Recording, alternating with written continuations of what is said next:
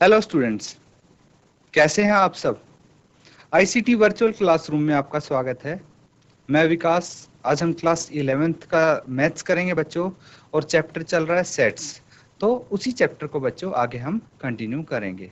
तो चलिए smart board पे चलते हैं और स्टार्ट करते हैं। तो बच्चों सेट्स करेंगे।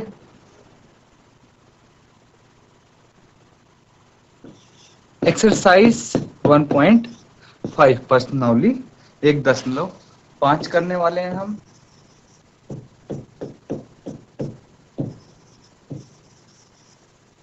तो बच्चों इसमें हमने 2 क्वेश्चन इसके कर लिए थे। नेक्स्ट क्वेश्चन देखिए, मैंने इसके बारे में आपको ओवरव्यू दिया था। तो इस क्वेश्चन को बच्चों आप कैसे करेंगे वो बताया था मैंने। एक बार फिर से हम यहाँ पे डिस्कस करने वाले हैं ये क्वेश्चन, और इसके एक एक पार्ट हम यहाँ पे करके देखेंगे ताकि आपको कोई परेशानी ना हो इसको सॉल्व करने में। तो देखिए यहाँ पे क्या दिया हुआ है, एक समुच्चय दिया है जो प्राकृत संख्याएं हैं उनका समुच्चय, और उसको हम मान रहे हैं यहाँ पे सार्वत्रिक समुच्चय यानी यूनिवर्सल सेट हम उसको मान रहे हैं। तो यूनिवर्सल सेट आपको पता है क्या होता है बच्चों, यूनिवर्सल सेट। तो हम इसको यूनिवर्सल सेट यहाँ पे मान रहे हैं। तो यूनिवर्सल सेट क्या हो गया, 1 2 3 4, और ये कंटिन्यू होता जाता है आगे तक। ये हो गया यूनिवर्सल सेट। प्राकृत संख्याएं तो यही होती है ना। अब पहला पार्ट देखिए इसका, इसमें बोला गया है कि आपको क्या निकालना है। पहले तो क्वेश्चन में ये देखिए, क्वेश्चन में हमें बोला गया है कि हमें निकालना है जो समुच्चय यहाँ पे दिए गए हैं, जैसे पहले पार्ट में दिया गया है उसका पूरक निकालना है। तो पहले पार्ट में दिया है एक प्राकृत सम संख्या, पहले पार्ट में दिया है एक प्राकृत सम संख्या। तो आप क्या लिखेंगे, प्राकृत सम संख्या का जो पूरक होगा वही लिखेंगे।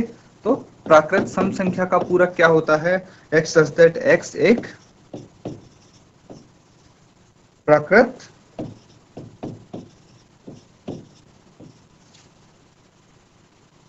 विषम संख्या। भाई सम संख्या का पूरक विषम संख्या होगी।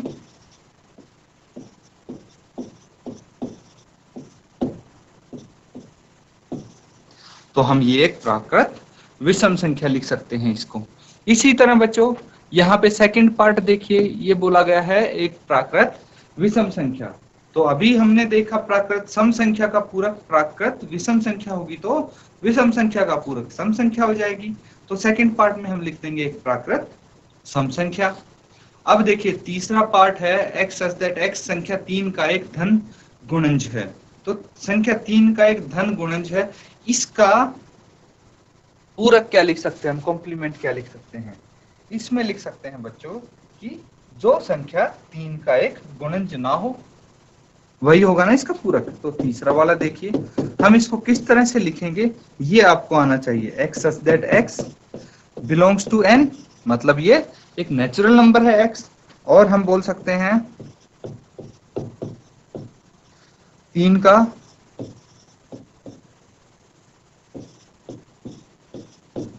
गुणज नहीं है। तो नेचुरल नंबर में तो 3 भी आता है ना, नेचुरल नंबर में 1 2 3 4 5 6 7 8 3 के सभी गुणन जाएंगे, लेकिन यहाँ पे हमें 3 का धन गुणज है उसका कॉम्प्लीमेंट निकालना है, यानी जो 3 के धन गुणज है वो हट जाएंगे, 3 के गुणज यहाँ पे हट जाएंगे, और बाकी जो नेचुरल नंबर है प्राकृत संख्या है वो आएंगी इसमें। ठीक है, तो इस तरह से इसको करेंगे। नेक्स्ट पार्ट में क्या लिखा है, x सच दैट x एक अभाज्य संख्या है, एक अभाज्य संख्या है। तो बच्चों अभाज्य संख्या आपको पता है कौन सी होती हैं। अब देखिए इसमें हम क्या कर सकते हैं, जो अभाज्य संख्या हैं उनका हम कॉम्प्लीमेंट निकाल लेंगे। तो इसको हम किस तरह से लिख सकते हैं, इसको लिख सकते हैं बच्चों x सच दैट x एक धन भाज्य संख्या लिखेंगे, क्योंकि अभाज्य संख्या में भाज्य संख्या तो नहीं आती ना बच्चों। तो ये क्या होगी, धन भाज्य संख्या।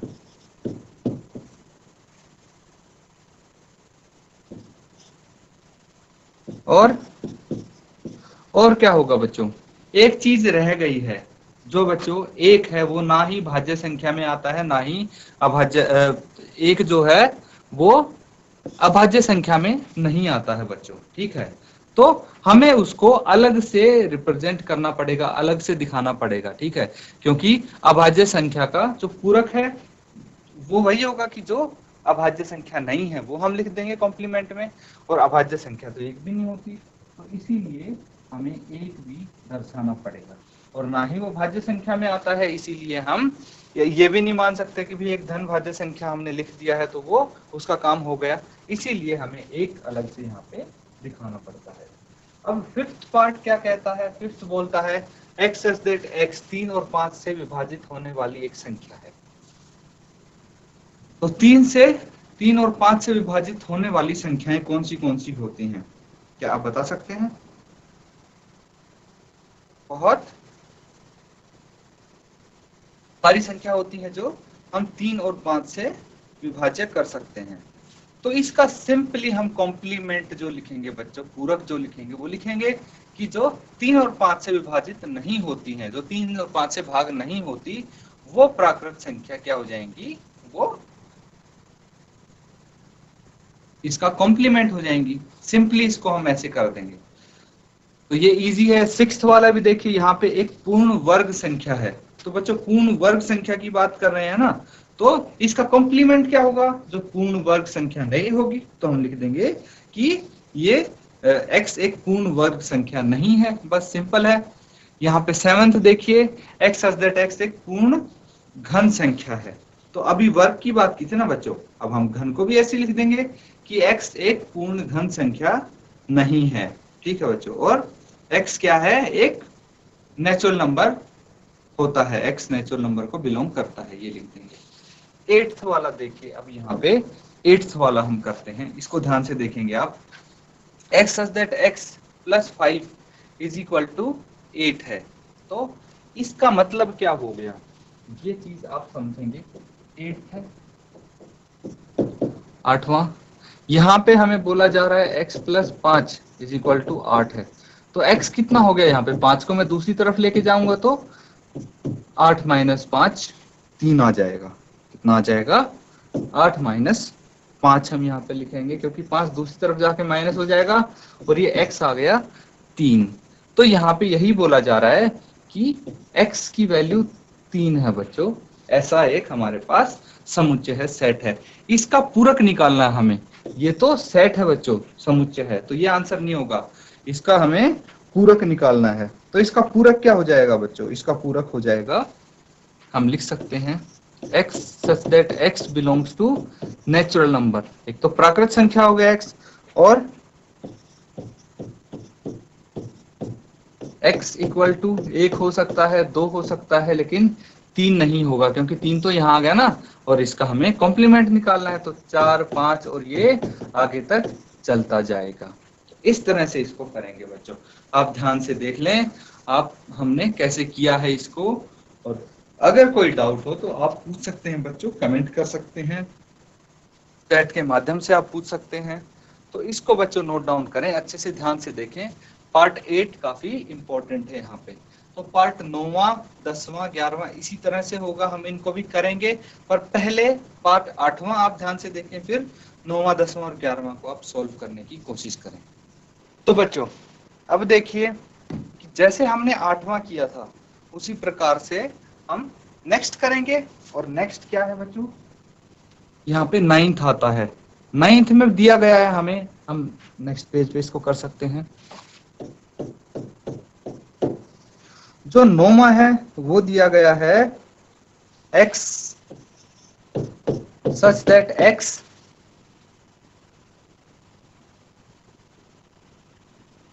ये 2x है बच्चों, x such that 2x plus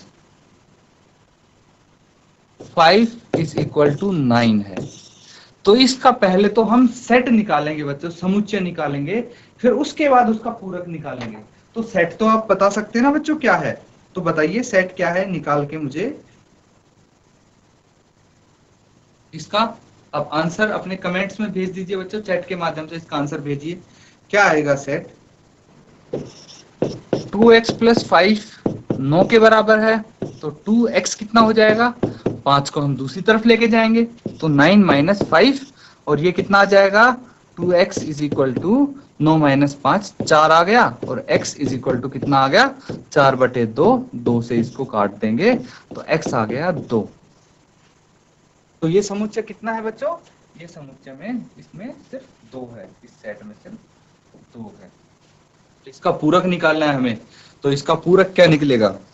इसका पूरक बच्चों जैसे पिछले में लिखा था हमने, पिछले सेट में कितना आया था ध्यान से देखना। पिछले सेट में हमारे पास 3 आया था, 3 आया था, तो इसका पूरक हमने इस तरह से लिखा था।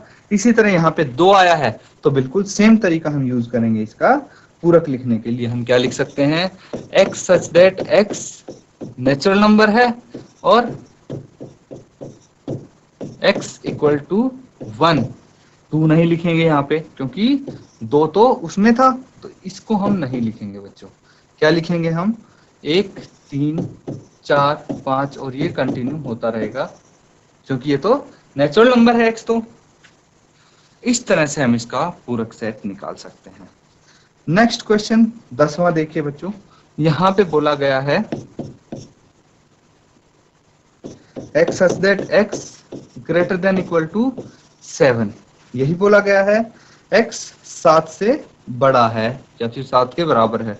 तो क्या हो सकता है? x 7 हो सकता है, 8 9 10, और ये आगे तक चलता रहेगा बच्चों, ठीक है। लेकिन अगर हमें इसका पूरक लिखना है, जो ये सेट है इसका पूरक लिखना है, तो हम कैसे लिखेंगे? हम लिख देंगे बच्चों x such that x belongs to n, और x कितना है? और बताइए x कितना है? x 7 से छोटा होगा, यहाँ पे 7 या उससे बड़ा है, तो उसका पूरक क्या होगा? 7 से छोटा होना चाहिए। तो ये इसका कॉम्प्लीमेंट हो गया, पूरक हो गया। 11th वाला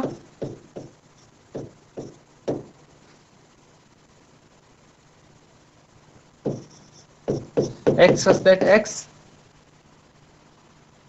belongs to n natural number है, और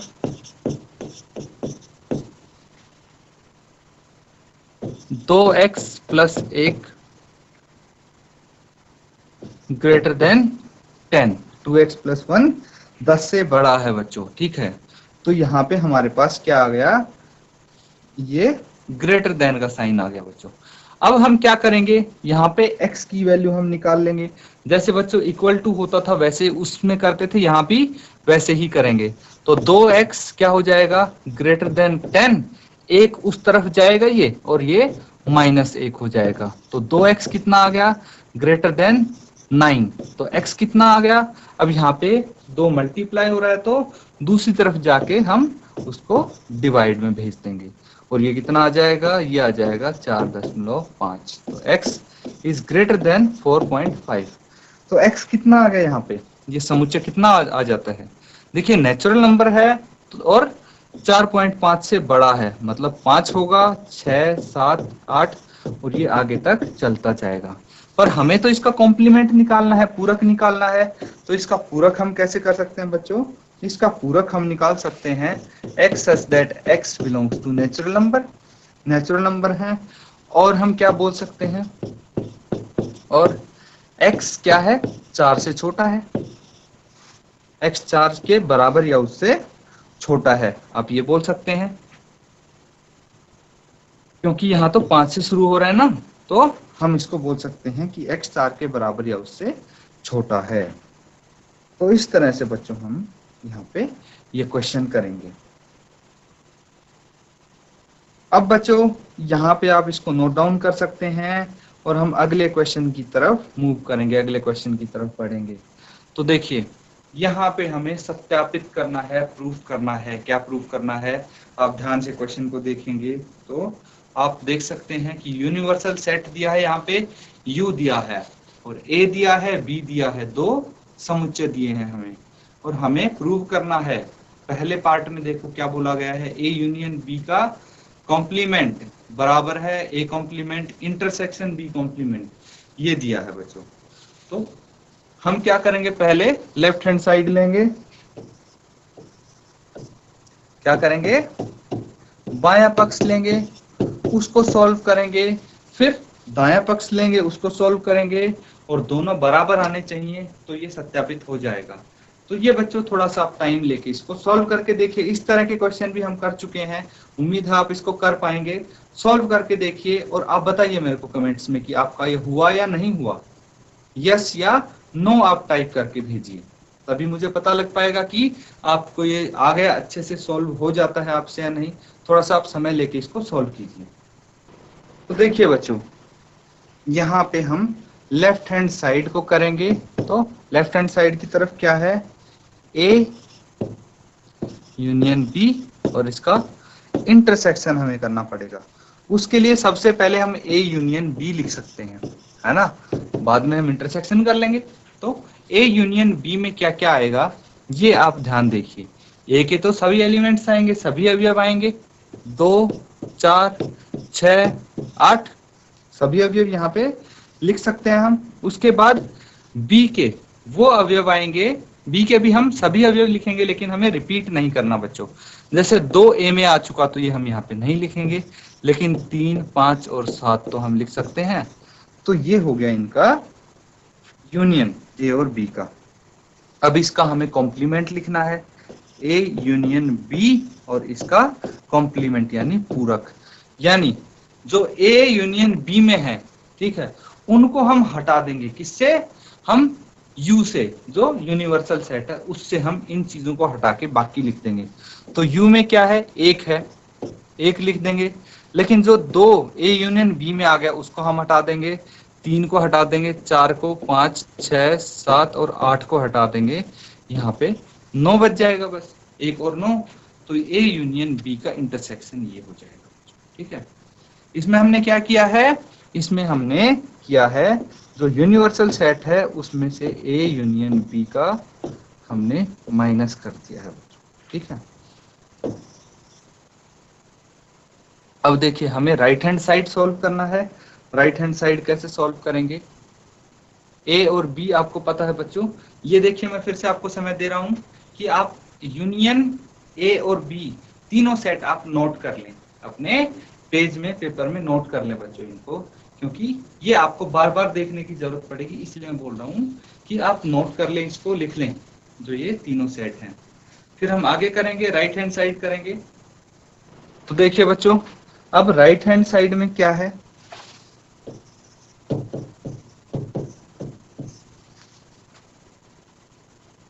हमें प्रूफ करना है, हमें सिद्ध करना है कि ए का पूरक, ए का कॉम्प्लीमेंट इंटरसेक्शन बी कॉम्प्लीमेंट, ये होना चाहिए, A complement intersection B complement. सबसे पहले हमारे पास ए तो है ही, तो हम ए कॉम्प्लीमेंट निकाल लेंगे, ए से हम ए कॉम्प्लीमेंट निकाल लेंगे। इसीलिए मैंने बोला था आप अपने पेज पे नोट डाउन कर लो इसको। अब देखिए ए, देखिए जो आपने अभी नोट डाउन किया उसमें क्या क्या है, उसका हमें कॉम्प्लीमेंट निकालना है बच्चों। तो ए कॉम्प्लीमेंट क्या हो जाएगा, 1 3 5 7 और 9, ये हो जाएगा ए कॉम्प्लीमेंट। क्योंकि बच्चों हमने क्या किया है, ए कॉम्प्लीमेंट निकालने के लिए जो हमारे पास यूनिवर्सल सेट है तो उसमें से जो एक एलिमेंट्स थे वो हमने हटा दिए, बाकी लिख दिए।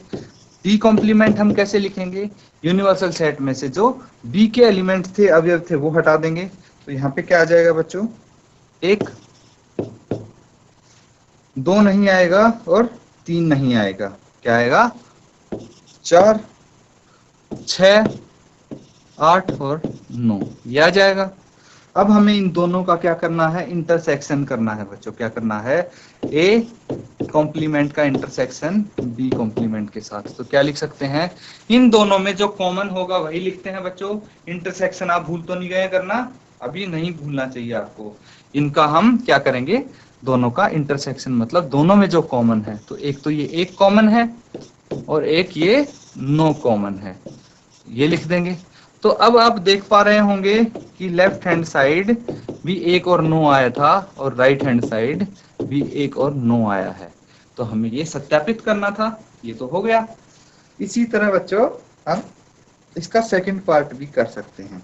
सेकंड पार्ट में क्या हमें बोला गया है, ये देखिए कि ए इंटरसेक्शन बी, इसका पूरक हमें निकालना है और ए का पूरक फिर उसका यूनियन किसके साथ, बी के पूरक के साथ। ये दोनों हम लेफ्ट हैंड साइड और राइट हैंड साइड मान के ही करेंगे।